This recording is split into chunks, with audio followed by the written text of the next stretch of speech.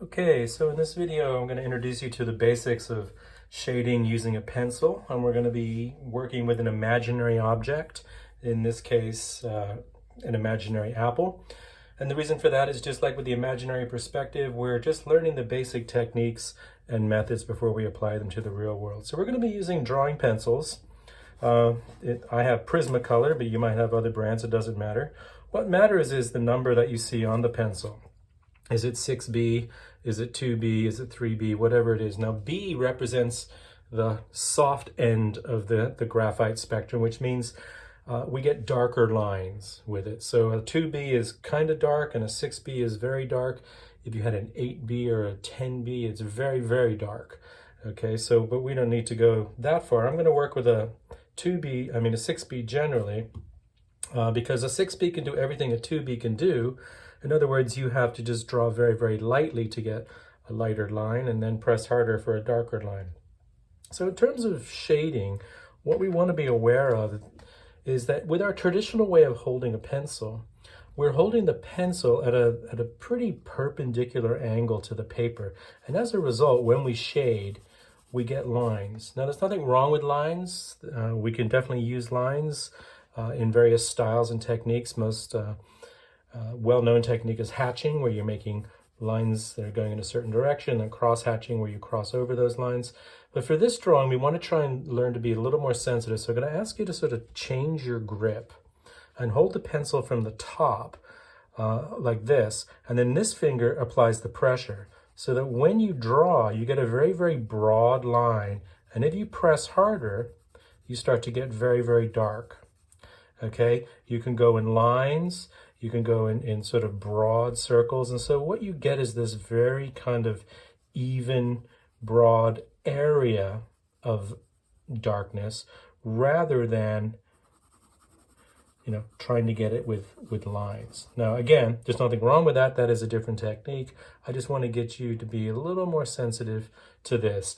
In fact, it's very good to try and draw this way. Hold your pencil in the back and make your lines like this, okay, rather than like this. And the reason for that is, this is your normal handwriting. This is what you're used to. You write your name like that. And like we learned in the lesson on perception, this is all hardwired. So all your habits are hardwired into this. The minute you change your grip into something else, your brain is slightly confused. It's new, it's unusual, it's strange. And as a result, it kind of opens you up. You're a little more freer in how you do things. So at first, it's very awkward, but if you just trust it, pretty soon you'll get fairly comfortable and used to drawing by holding your pencil in a different angle. Now, you can always go back and forth between the two. You want to kind of crisp things up and get a nice clean edge. Of course, you can put that in. You can do it this way, but I don't mind if you go both ways. But try this for a while. Try and just hold your pencil in a different orientation so that you're getting a broad area of graphite that's touching the paper, rather than, up and down, where you get much more of a point. Okay, in this first exercise, we're just gonna make up an apple shape. It's gonna look kind of generic because it's gonna lack all the details of an actual real apple, but that doesn't matter. I just want you to get the hang of using the technique of shading we just talked about, looking at core shadows, reflected light, and also cast shadows. So to start your apple, they come in all different shapes and sizes. So you can make yours round, you can make more square, you can make it more diamond shaped. They do tend to be slightly bigger on the top, a little bit smaller on the bottom. We can put a line running through it, which is going to be the table. So we have light and dark. We can also, let's see, we put a cast shadow. Just make kind of an oval coming out. Don't make it too big, too wide. And then at the top, put a little kind of curve like that. And then you're just going to make up kind of stem sticking out. Okay, so you just have this kind of generic sort of shape. Now I'm drawing this with a 2B pencil. And then I'm going to start the shading with 2B, and then I'll shift to 6B when it's time to go slightly darker.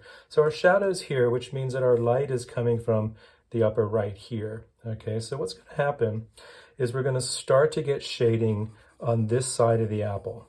Okay, So just come in and just very lightly, holding your pencil in the back, your finger on the top, just start to lay down a gradual, soft kind of darkness to it. Now, I'm not going to talk you through the entire drawing, but I'm going to get you started, then I'll speed it up, then I'll come back to it. Okay, because it does take time. It takes time to build up and gradually develop tones and values. So I'm just trying to avoid those lines, the catching lines, and just trying to keep it really, really soft. So generally speaking, your shadow is going to be on this side of the apple.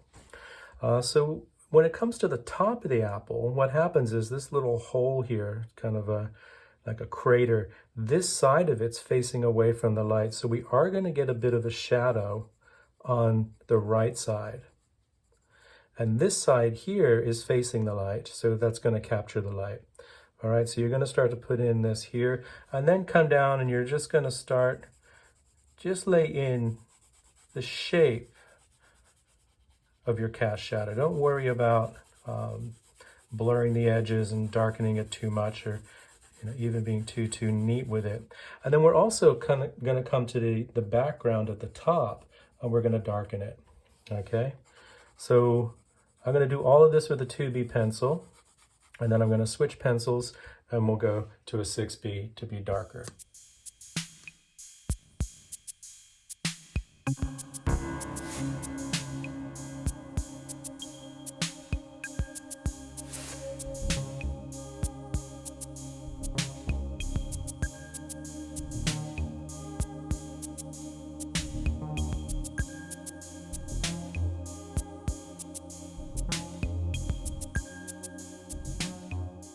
Okay, so here I'm finishing up, just putting a little more darks on the bottom here. This is our reflected light. The core shadow is kind of broken and bumpy, which is natural and normal for organic things like apples. So don't worry about having to make a sort of perfect crescent moon or anything like that.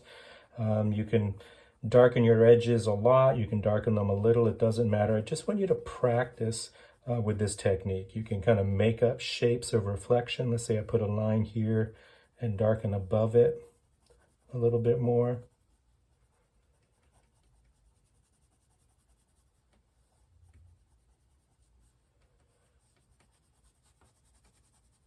Get the sense that maybe it's slightly waxy and reflective.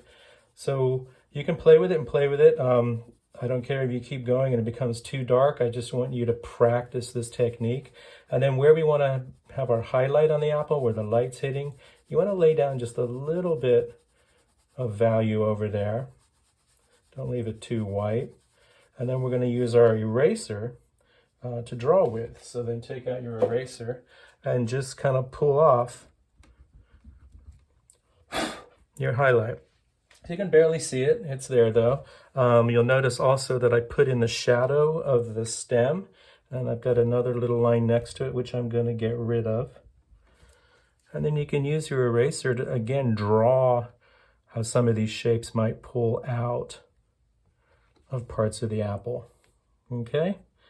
So give it your best shot. Have fun with it. It's ungraded.